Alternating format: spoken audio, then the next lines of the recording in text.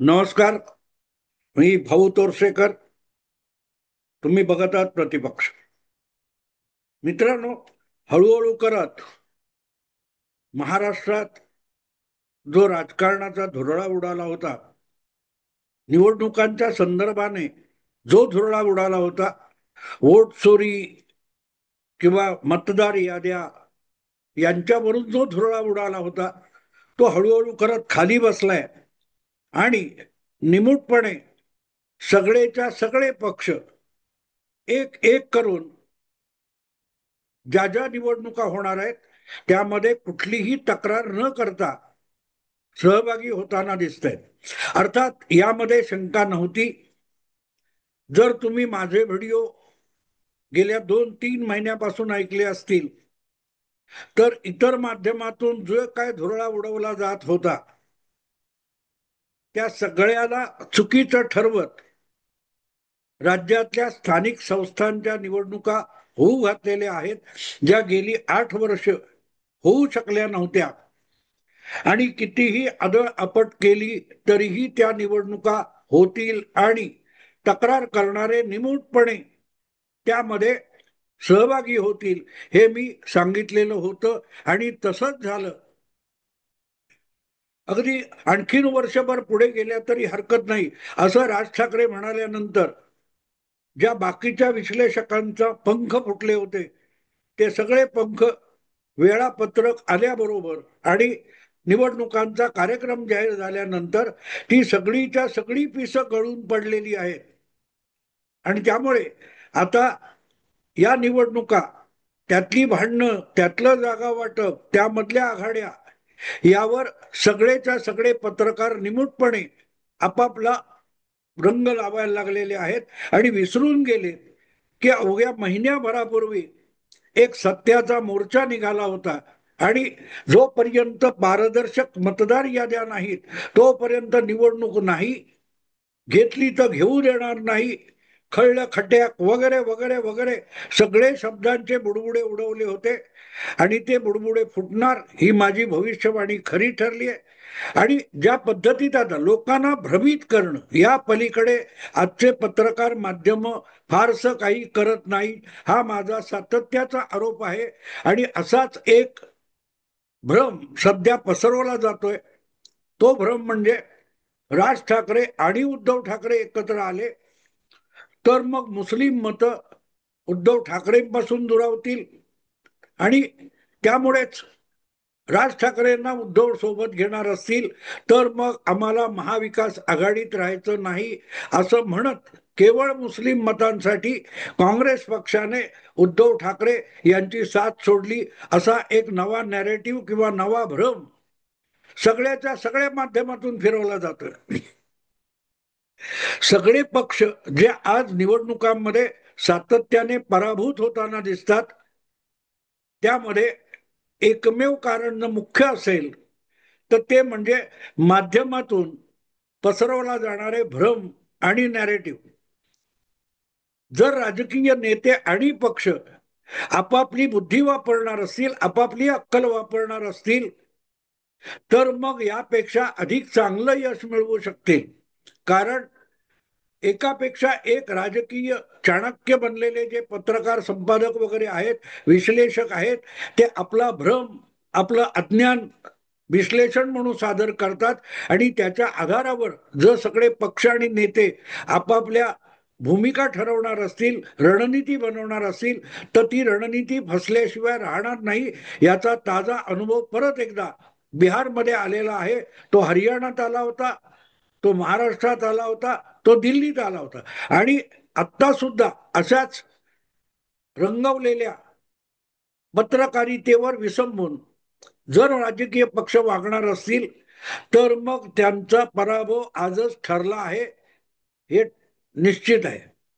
मी आज हा विषय एवढ्यासाठी करतोय की गेले काही दिवस मी सातत्याने ऐकतोय की राज ठाकरे आणि उद्धव ठाकरे, दोन ठाकरे बंधू एकत्र आले की ठाकरे ब्रँड वगैरे वगैरे कौतुक चाललंय. पण दुसरीकडे एक असा भ्रम पसरवला जातोय की राज ठाकरेंना उद्धवनी सोबत घेतली तर त्यांना महाविकास आघाडीतून बाहेर पडावं लागेल आणि हा जो भ्रम आहे त्याचा पहिला बळी काँग्रेस पक्ष ठरला आहे. कारण काँग्रेस पक्षाने निदान मुंबईत तरी स्वबळावर निवडणुका लढवायच्या किंवा उद्धव ठाकरेंना सोबत न घेता निवडणुका लढवायच्या असा निर्णय घोषित करून टाकलेला आहे. आणि अजूनही काँग्रेस आपल्या बरोबर यावी यासाठी उद्धव ठाकरे प्रयत्नशील आहेत, या सुद्धा बातम्या आहेत. मग प्रश्न असा येतो की काँग्रेसला अचानक स्वबळाची ही सुरसुरी कशासाठी आली? तर त्याचं मला दिसणारं एकमेव कारण असं आहे की राज ठाकरे हे मध्यंतरीच्या काळात एकदम भगवी शाल वापरायला लागले होते. अलीकडल्या काळात ते निळी शाल वापरतात किंवा निळं उपरणं वापरतात आणि आपण ते भगवे हिंदुत्ववादी नाही असं दाखवण्याचा प्रयत्न करतात.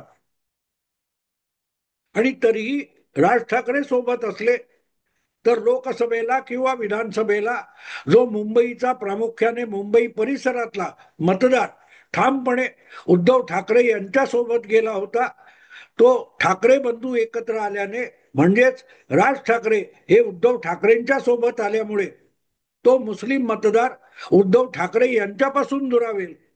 आणि उद्धव ठाकरे किंवा ठाकरे बंधू यांच्या मिलनामुळे जर राज ठाकरे हे महाविकास आघाडीचा एक घटक बनले तर आपोआपच त्यांच्यापासून मुस्लिम मतदार दुरावल्याशिवाय राहणार नाही. हा सुद्धा एक भ्रम पसरवला जातोय आणि मला असं वाटतं की काँग्रेस पक्ष त्याच भ्रमाला बळी पडलेला आहे.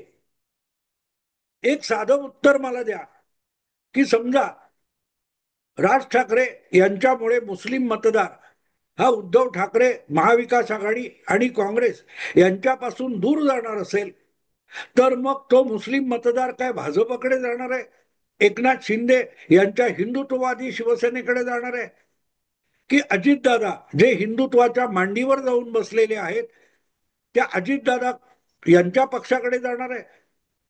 राज ठाकरे यांच्यामुळे उद्धव किंवा महाविकास आघाडीवर नाराज होणारा जो मुस्लिम मतदार आहे त्याने जायचं कुठे? त्यांच्यासाठी दुसरा कुठलाही असा मजबूत सेक्युलर पक्ष किंवा मुस्लिम पक्ष आज तरी मुंबई आणि मुंबई परिसरात नाही. काही ठिकाणी ओवायसी यांच्या पक्षाचा अड्डा असेल, काही ठिकाणी समाजवादी पक्ष अबू आझमी यांच्या राजकीय पक्षाचा, समाजवादी पक्षाचा बालेकिल्ला असेल. पण हे दोन पक्ष वगळले किंवा त्यांचं प्रभाव क्षेत्र असलेले एक 30-40-50 पर्यंतचे वॉर्ड सोडले तर उरलेल्या वॉर्डामध्ये सुद्धा मुस्लिम मतदार विखुरलेला आहे. मुंबई महापालिकेच्या 227 जागा आहेत म्हणजे वॉर्ड आहेत आणि तिथून 227 नगरसेवक निवडले जाणार आहेत. त्या 227 पैकी साधारण 50 बाजूला काढले तरी 1.25 वॉर्ड उरतात. आणि त्या 2.25 वॉर्डमध्ये मुस्लिम मतदार नाहीत असं कोणी छाती ठोकपणे सांगू शकणार आहे का? नाही सांगू शकत. कारण हे विखुरलेले मतदारसंघ आहेत आणि त्याच्यामध्ये केवळ मुस्लिम बहुल लोकसंख्या नाही तरी मुस्लिम मतदार असतो तो कुठे 2,000 5,000 असेल, कुठे 15,000 असेल आणि त्या 15,000वर मुस्लिम नगरसेवक कुठल्याही एका पक्षाचा किंवा मुस्लिम पक्षाचा निवडून येण्याची शक्यता नाही हे मला मान्य आहे. पण दुसरीकडे हे मुस्लिम मतदार हे जवळच्या कुठल्या तरी पक्षाला मतदान करतात, त्यांच्या भूमिकेच्या जवळ येणाऱ्या पक्षाला मदत करतात आणि मुस्लिमांची जनरल भूमिका अशी गृहीत मानली जाते की ते हिंदुत्वाच्या विरुद्ध असतात आणि म्हणूनच हिंदुत्व मानणाऱ्या पक्षाच्या विरुद्ध असतात. थोडक्यात भारतीय जनता पक्ष किंवा एकनाथ शिंदे यांचा पक्ष शिवसेना हा हिरिरीने हिंदुत्वाची भूमिका मांडत असेल तर शिंदेची शिवसेना आणि भाजप देवेंद्र फडणवीसांचा या दोन पक्षांच्या विरोधात जो कोणी असेल त्याच्याच बाजूला अशा विखुरलेल्या मतदारसंघातला जो मतदार मुस्लिम मतदार आहे तो झुकल्याशिवाय राहणार नाही. तुम्ही बघितलं की मालाडला आणि मुंबादेवी या दोन मुस्लिम काँग्रेस उमेदवारांना प्रचंड मुस्लिम संख्या असल्यामुळे आमदारकीपर्यंत मजल मारता आली. पण मुस्लिम मतदार काँग्रेसचा असून सुद्धा चांदिवली किंवा साकीनाका पट्ट्यातले नसीम खान हे मुस्लिम उमेदवार होते, काँग्रेसचे उमेदवार होते, तरीही पराभूत झाले. अगदी उद्धव ठाकरे यांच्या शिवसेनेचा त्यांना पाठिंबा होता विधानसभेला, तरीही नसीम खान पराभूत झाले. पण त्यांना मिळालेली बहुसंख्य मतं ही मुस्लिम होती आणि नसीम खान काँग्रेसचे असले तरी मुस्लिम उमेदवार होते, म्हणून त्यांना भरगच्च मतं मिळाली. पण तीच गोष्ट तुम्ही गायकवाड भगिनी आहेत त्यांच्या बाबतीत बघू शकता. शरद पवारांच्या किंवा अजितदादांच्या पक्षाचे सना मलिक त्या आहेत, नवाब मलिक यांची कन्या, किंवा अबू आझमी यांच्या समाजवादी पक्षाचा उमेदवार निवडून आला, खुद्द अबू आझमी निवडून आले. तेव्हा मुस्लिम मतदार हा जिथे आपला थेट मुस्लिम पक्षाचा किंवा मुस्लिम धर्माचा उमेदवार नसेल, तर मग जो कोणी हिंदुत्वाला विरोध करणारा सबळ पक्ष आहे त्याकडे झुकतात. आणि तुमच्या आपल्या उद्धव ठाकरेंनी महाविकास आघाडीत गेल्यापासून कटाक्षाने हिंदू भगिनींनो बांधवांनो हे शब्द आपल्या सभेच्या आरंभी बोलण्याचं बंद केलं आणि हळूहळू करत आर एस एस, संघ, हिंदुत्व, सावरकर यांना वाऱ्यावर सोडून दिले, किंबहुना त्यांच्यावर कडवी टीका करण्यापर्यंत मजल मारली. आणि बघता बघता उद्धव ठाकरे हे काँग्रेसपेक्षाही मुस्लिम मतदारांचे गळ्यातले ताईत होऊन गेले. ही गोष्ट 3 वर्षातली आहे, आपण बघतोय. यावरून भाजपने उद्धव ठाकरेंना खूप वेळा डिवचलेलं आहे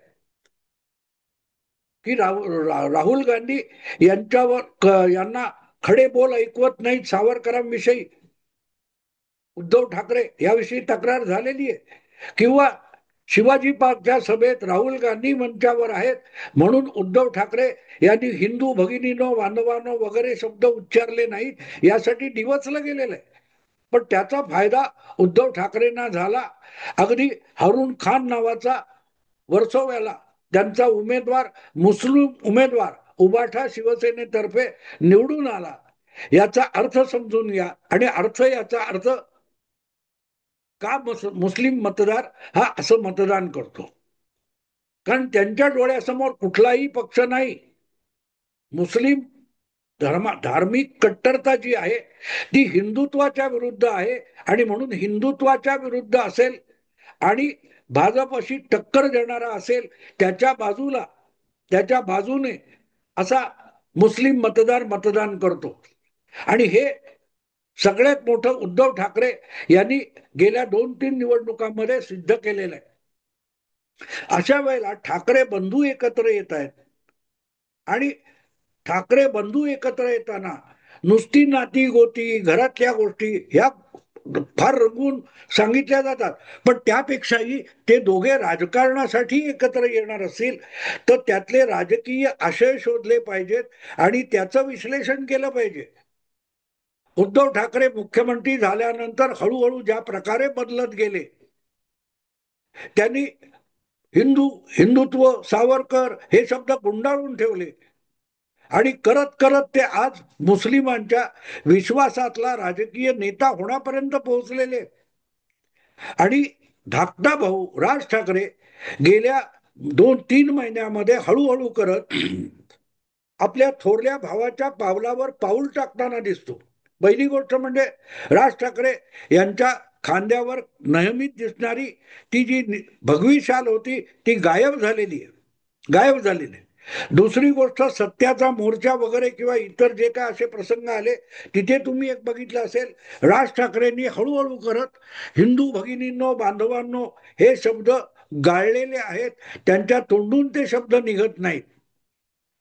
क्रमाक्रमाने हळूहळू भाजप, संघ आणि त्यांचं हिंदुत्व, कर्मठ हिंदुत्व असं म्हणत म्हणत उद्धव ठाकरेंच्या पावलावर पाऊल आपण टाकतो हे राज ठाकरे दाखवत आहेत. त्यातून ते मुस्लिमांना कन्व्हिन्स करतायत. मला सुद्धा माझ्या थोरल्या भावाच्या पावलावर पाऊल टाकायचं. माझे आजोबा सुद्धा शेंडी जानव्याचं हिंदुत्व मानत नव्हते. हा आमच्यातला समान धागा आहे. आणि म्हणूनच राज ठाकरे यांनी आपल्यालाही मुस्लिम मतं मिळाली पाहिजे या दिशेने हळूहळू करत पावलं टाकलेली आहेत. आणि हे बाकीच्या कर्मठ हिंदूंना, भाजपच्या काय काय त्या मोदी अंधभक्तांना कळत नसेल तरी मुस्लिमांना या बारकावे कळतात. म्हणूनच राज ठाकरे हा आपली मतं मिळाली तर हळूहळू करत हिंदुत्वाच्या विरुद्ध जाऊ शकतो हे ओळखून मुस्लिम मतदार, प्रामुख्याने विखुरलेला मुस्लिम मतदार हा राज ठाकरे यांना सुद्धा मत देऊ शकतो, as long as Raj Thackeray यांनी कडवेपणाने भाजपच्या विरुद्ध, हिंदुत्वाच्या विरुद्ध भूमिका घेतली पाहिजे किंवा काही बाबतीत निदान आपलं हिंदुत्व लोकांच्या नजरेत भरणार नाही इतकं सौम्य केलं पाहिजे, एवढी किरकोळ अपेक्षा आहे. आणि ती अपेक्षा निवडणूक जिंकण्यासाठी राज ठाकरे पूर्ण करणार नाहीत अशा भ्रमात निदान मी तरी नाहीये. कारण ती चिन्ह राज ठाकरेंनी दाखवायला सुरुवात केलेली आहे. पहिली गोष्ट मी तुम्हाला सांगितली की त्यांच्या तोंडातून हिंदू बंधूंनो, भगिनींनो, बांधवांनो हे शब्द गायब झालेत, भगवी शाल गेलेली आहे. आणि दुसरीकडे भाजपवर किंवा आडोशाने संघावर सुद्धा टीका टिप्पणी राज ठाकरे करायला लागलेली. आणि म्हणूनच मला असं वाटतं की राज ठाकरे उद्धव ठाकरे सोबत येत आहेत म्हणून महाविकास आघाडीतून बाहेर पडण्याचा जो काय पवित्रा काँग्रेसने घेतलाय त्याला मी काँग्रेसने केलेली आत्महत्या म्हणतो. गरज नव्हती.